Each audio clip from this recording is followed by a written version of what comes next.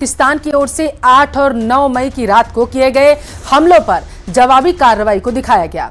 आपको इस रिपोर्ट में दिखाएंगे कि पाकिस्तान के दुस्साहस के जवाब में भारतीय सेना की आखिर कार्रवाई कैसी रही। पाकिस्तान के 5 एयरबेस तबाह, कई ड्रोन लॉन्च पैड तबाह, 2 फाइटर जेट तबाह, कई चौकियां तबाह, कई मिसाइलें तबाह, कई ड्रोन अटैक तबाह, एयर डिफेंस सिस्टम तबाह। दिन बीत रहे हैं और हर दिन भारत पाकिस्तान तबाही के मंजर की ओर एक कदम बढ़ा रहा है। तस्वीरें बयां कर रही हैं पाकिस्तान की हालत क्या हो चुकी है। इंडियन आर्मी हर मोर्चे पर पाकिस्तान को मुंहतोड़ जवाब दे रही है। इस जवाब का सेना ने एक वीडियो भी जारी किया। आप वीडियो की शुरुआत के कुछ अंश देखिए। वीडियो में साफ नजर आ रहा है कि किस तरह भारतीय सेना डटकर मुकाबला कर रही है और अपने शौर्य और अदम्य परिचय दे रही है। सेना के जारी किए गए वीडियो में 4 तस्वीरें अलग अलग दिखाई गई हैं, जहां धुआं उठता भी नजर आ रहा है। ये पाकिस्तान की 4 चौकियां हैं जिन्हें तबाह कर दिया गया है। इससे पहले पाकिस्तान के एयर डिफेंस सिस्टम को ढेर किया था। पाकिस्तान की तरफ से दागा गया ड्रोन हो या फिर कोई मिसाइल, इंडियन एयरफोर्स उसे हवा में ही नेस्तानाबूद कर रही है। जम्मू कश्मीर, पंजाब, राजस्थान, गुजरात और हरियाणा में पाकिस्तान की ड्रोन के मलबे दिखाई गए हैं। राजस्थान के सीमावर्ती जिले बाड़मेर, श्रीगंगानगर, जैसलमेर, बीकानेर के कई मिसाइल नुमा वस्तुएं भी दिखाई दी गई हैं। सुबह 4:48 पे एकदम जबरदस्त धमाका हुआ और उसके मिनट 2 मिनट बाद में एकदम आकाश में लाइट हुई, जो मतलब पूरे क्षेत्र में उजास हो गया और जोरदार धमाका हुआ। फिर इन घरवालों को फोन आया कि हमारे खेत में कोई 20 फुट लंबी वस्तु गिरी है जो मिसाइल टाइप लग रही है। स्थानीय लोगों का कहना है कि उन्होंने रात में तेज चमकदार चीजें उड़ते हुए आई देखी और उनके घर से कुछ दूर जाकर के गिर गई। उस मिसाइल नुमा वस्तु में ब्लास्ट तो नहीं हुआ, लेकिन जिस स्पीड से वो जमीन की ओर गिरी, जमीन में गहरा गड्ढा हो गया। सूचना पर पुलिस मौके पर पहुंची है, उसको कब्जे में लिया गया है। Bureau report, news 18 Rajasthan.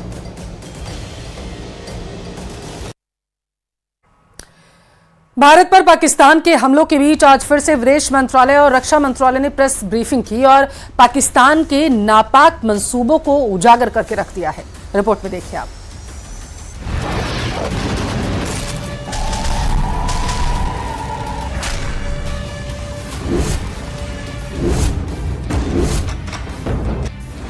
पाक के हर हमले का जवाब, खुल गया कायराना करतूत का राज।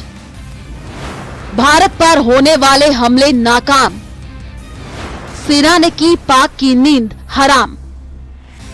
ऑपरेशन सिंदूर के बाद से ही पाकिस्तान लगातार हमले कर रहा है।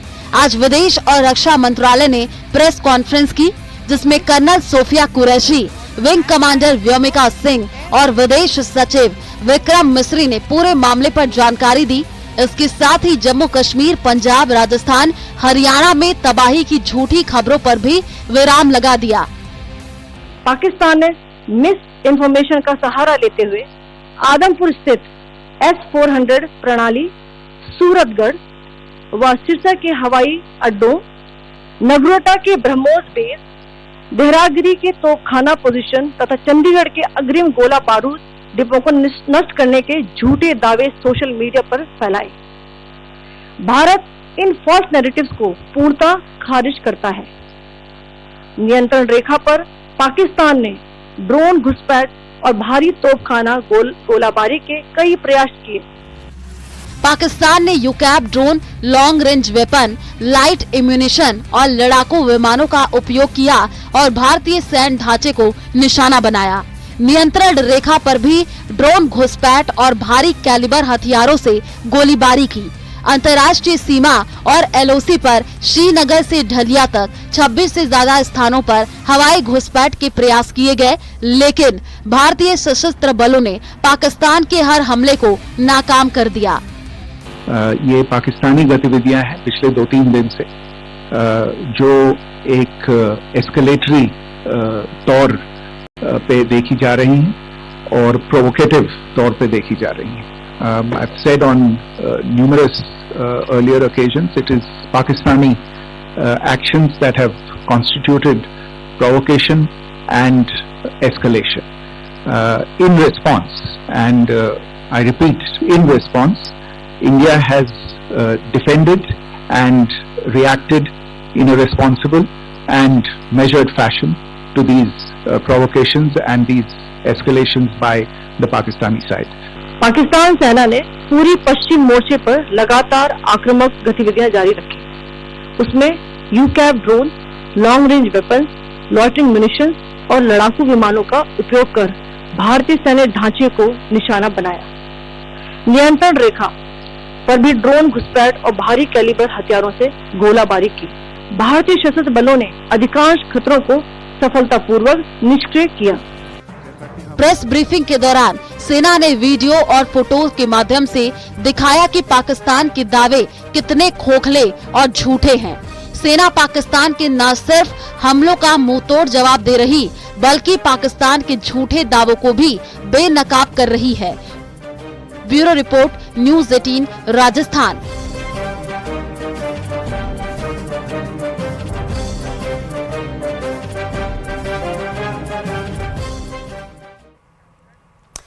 और आतंकवाद के खिलाफ भारत ने एक बहुत बड़ा फैसला लिया है। ये बड़ी खबर आप तक पहुंचाएंगे। सरकारी सूत्रों के हवाले से बड़ी खबर है। भारत पर कोई भी अगर आतंकी कार्रवाई की जाती है तो इसे युद्ध माना जाएगा। भारत आतंक के खिलाफ उसी भाषा में जवाब देगा। ये बड़ा अपडेट निकलकर सामने आया। देखिए, इस वक्त की इसे सबसे बड़ी खबर माना जा सकता है। सूत्रों के हवाले से आप तक पहुंचा रहे हैं। दरअसल बताइएगा है कि सरकारी सूत्रों के हवाले से खबर है कि आतंकवाद के खिलाफ लगातार जो कार्रवाई की जा रही है, और अगर आतंकी कार्रवाई जो की जाती है भारत पर, तो उसे युद्ध की तरह भारतीय सेना देखेगी, भारत सरकार देखेगी। सरकारी सूत्रों के हवाले से ये बड़ी खबर है आपकी टेलीविजन स्क्रीन पर। आतंक के खिलाफ कोई भी एक्शन अगर भारत पर किया जाता है तो उस पर लेकर के बड़ा फैसला आया है। भारत आतंक के खिलाफ उसी भाषा में जवाब दिया जाएगा भारत की तरफ से, जिस भाषा में हमला किया जाएगा दुश्मन देश की तरफ से। तो ये बड़ा अपडेट निकलकर सामने आया है। बताइए जरा, सूत्रों के हवाले से बड़ी खबर आप तक पहुंचा रहे हैं। दरअसल भारत पर आतंकी कार्रवाई युद्ध मानी जाएगी, ये बताया गया है। सरकारी सूत्रों के हवाले से बड़ी खबर है।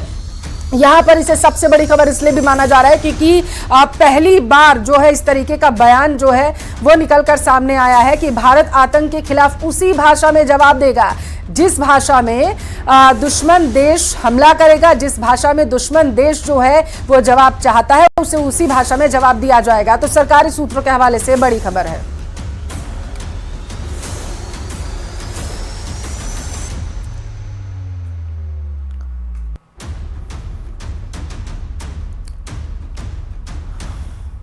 तो देखिए, आतंक के खिलाफ भारत सरकार ने बड़ा फैसला लिया है। सरकारी सूत्रों के हवाले से बड़ी खबर आप तक पहुंचा रहे हैं। आतंकी कार्रवाई युद्ध मानी जाएगी, ये बताया गया है। सूत्रों के हवाले से बड़ी खबर है। लगातार दरअसल बैठकों का दौर जारी है, चाहे पीएम मोदी की बात करें, जेपी नड्डा और केंद्रीय गृह मंत्री से लेकर के रक्षा मंत्री लगातार बैठकें ले रहे हैं सुरक्षा बल के अधिकारियों के साथ में, सीडीएस के साथ में, एनएसए के साथ में। और इन बैठकों के बाद जो टिप्पणियां दी जा रही हैं उससे कहीं ना कहीं दुश्मन देश के दांत जो है वो जरूर खट्टे होते नजर आएंगे। सीधे तौर पर अब सरकारी सूत्रों के हवाले से जो बड़ी खबर निकल कर आई है, सीधे तौर पर कहीं ना कहीं ये जवाब दिया गया है कि भारत पर अगर किसी भी तरीके की आतंकी कार्रवाई की जाती है तो इसे युद्ध माना जाएगा। देखिए, यहाँ पर महत्वपूर्ण जानकारी आपको देना इसलिए भी ये जरूरी हो जाता है क्योंकि जब भी युद्ध की घोषणा की जाती है तो दोनों देश जो होते हैं वो इसका ऐलान करते हैं, लेकिन जिस तरीके से पाकिस्तान ने नापाक हरकत की उसको लेकर के लगातार अंतर्राष्ट्रीय पटल पर कहा जा रहा है कि इसे युद्ध की तरह नहीं देखा गया है। तो बाड़मेर में शाम 6 बजे तक आंशिक छूट दी गई है। शाम 6 बजे से ब्लैकआउट लागू किया जाएगा।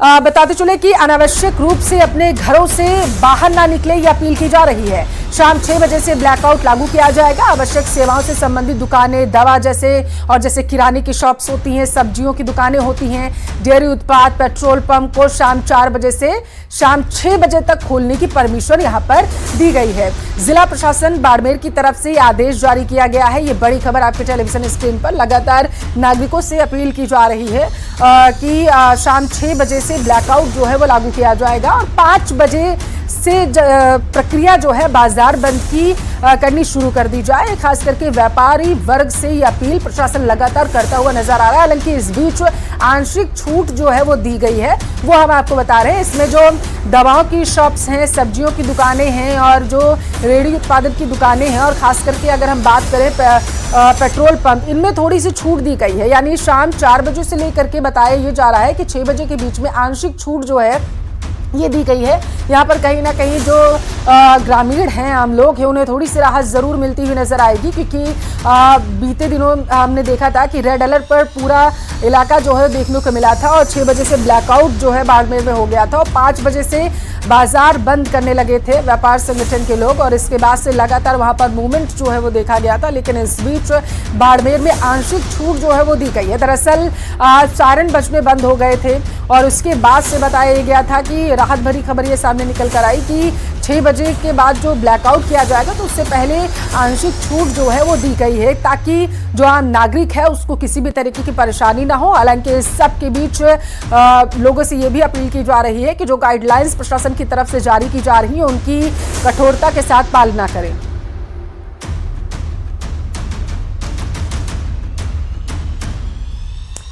तो झुंझुनू के एयरफोर्स के जवान पाकिस्तान के एयर स्ट्राइक में शहीद हो गए। जम्मू कश्मीर के मोगा उधमपुर में शुक्रवार रात को हुए अटैक में उनकी शहादत हुई है।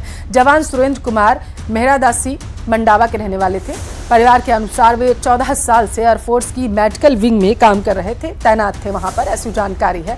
बताया जा रहा है कि जवान की शहादत की जानकारी उनके मां और पत्नी को अब तक नहीं दी गई है। पार्थिव शरीर जो है गांव कब लाया जाएगा, इसको लेकर के भी कोई आधिकारिक जानकारी निकलकर सामने नहीं आई है। जिला कलेक्टर राम अवतार मीणा ने बताया है कि सुरेंद्र कुमार 39 विंग उधमपुर में मेडिकल असिस्टेंट सर्जन थे और उनके शहीद होने की सूचना सेना मुख्यालय से उनके जीजा यानी जो उनके जयप्रकाश हैं उनको फोन पर दी गई थी।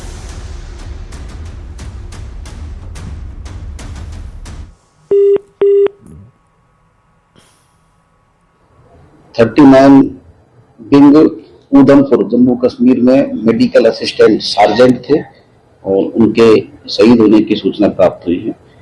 मैं एसपी अभी मौके पर जा रहे हैं और हम उनके परिवार को सांत्वना देंगे और जो संभव सहायता पैकेज सरकार का और भारत सरकार का होगा उपलब्ध करवाया जाएगा। श्रीगंगानगर में रेड अलर्ट जारी किया गया है। आमजन से घरों के अंदर ही रहने की अपील की जा रही है। प्रशासन ने जिले में रेड अलर्ट घोषित किया है। ये बड़ी खबर निकलकर सामने आई है। रेड अलर्ट के चलते आज बाजार नहीं खुले हैं। आमजन से घरों के अंदर ही रहने की अपील की जा रही है। जिले में पेट्रोल पंप भी रेड अलर्ट के चलते बंद कर दिए गए हैं। तो ये बड़ी खबर आपके टेलीविजन स्क्रीन पर है। दरअसल प्रशासन की तरफ से लगातार जो है ये अपील की जा रही है लोगों से कि जहां भी हैं वो वहीं पर रहें, अपने घरों में रहें, खास करके सुरक्षित रहें और अगर कोई आवश्यक कार्य ना है तो वो सड़कों पर ना निकले, आवागमन जो है वो करते हुए वो नजर ना आए। ये लगातार प्रशासन की तरफ से अपील की जा रही है। और एक बार फिर से हमने देखा था बीते दिन रेड अलर्ट पर श्रीगंगानगर था। ज्यादा जानकारी लेंगे संवाददाता अशोक हमारे साथ श्रीगंगानगर से टेलीफोन लाइन पर जुड़ चुके हैं। अशोक, श्रीगंगानगर रेड अलर्ट पर है, क्या पाबंदियां लगाई गई हैं, जरा विस्तार से बताइएगा दर्शकों को। देखिए पल्लवी, आज श्रीगंगानगर जिला प्रशासन के द्वारा 2 बार श्रीगंगानगर जिले में रेड अलर्ट डिक्लेयर किया गया। पहला रेड अलर्ट डिक्लेयर किया गया सुबह 8:15 बजे तो तकरीबन 10 बजे तक रहा। वहीं दूसरा रेड अलर्ट 10:30 बजे से लेकर तकरीबन 11:45 बजे तक रहा। हालांकि फिलहाल श्रीगंगानगर जिला प्रशासन के द्वारा ग्रीन अलर्ट डिक्लेयर किया हुआ है और सभी स्थितियां नॉर्मल और कंट्रोल में बताई जा रही हैं। लेकिन उसके बावजूद श्रीगंगानगर जिला प्रशासन के द्वारा आम जन से निवेदन किया गया है और सलाह दी गई है कि वे रेड अलर्ट के दौरान खासतौर से जब रात के समय यदि ब्लैकआउट हो तो शासन और प्रशासन के द्वारा जो भी गाइडलाइंस निर्धारित की गई है उसकी ईमानदारी से और गंभीरता से पालन करें ताकि वे अपनी और अपने परिवार की सुरक्षा सुनिश्चित कर सकें।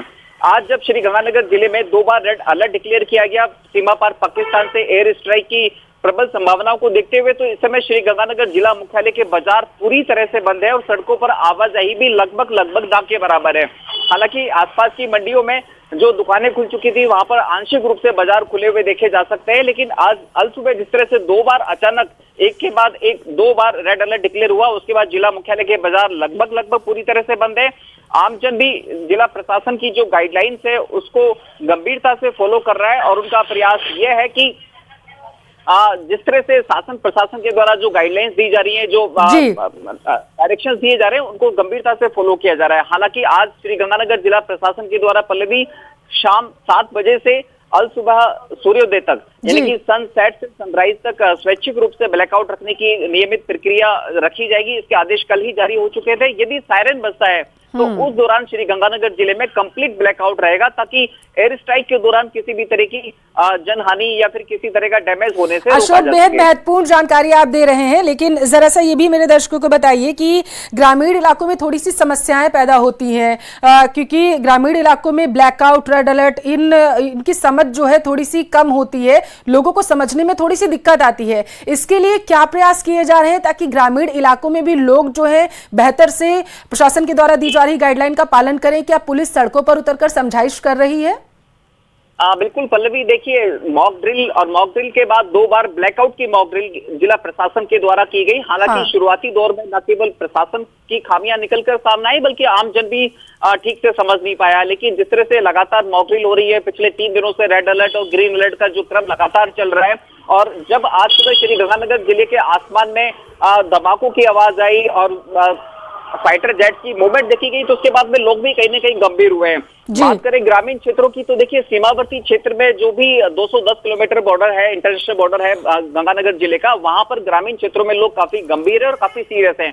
खासतौर से ब्लैकआउट के दौरान रात के समय पूरी तरह से अंधेरा रहता है, तो निश्चित तौर पर देखिए शुरुआती दौर में जरूर समस्या आई प्रशासन को और आमजन को सारी चीजों को समझने में, लेकिन अब फिलहाल लोग पूरी तरह से समझ चुके हैं, पूरी तरह से जागरूक भी हो चुके हैं। और रही बात प्रशासन की कवायद की, तो प्रशासन लगातार कवायद कर रहा है सोशल मीडिया के जरिए, ट्विटर हैंडल के जरिए, साथ ही साथ प्रिंट मीडिया और इलेक्ट्रॉनिक मीडिया के जरिए आमजन को जागरूक करने की। ठीक है, आप नजर बनाए रखिएगा अशोक। फिलहाल के लिए बहुत शुक्रिया महत्वपूर्ण जानकारी साझा करने के लिए। पाकिस्तान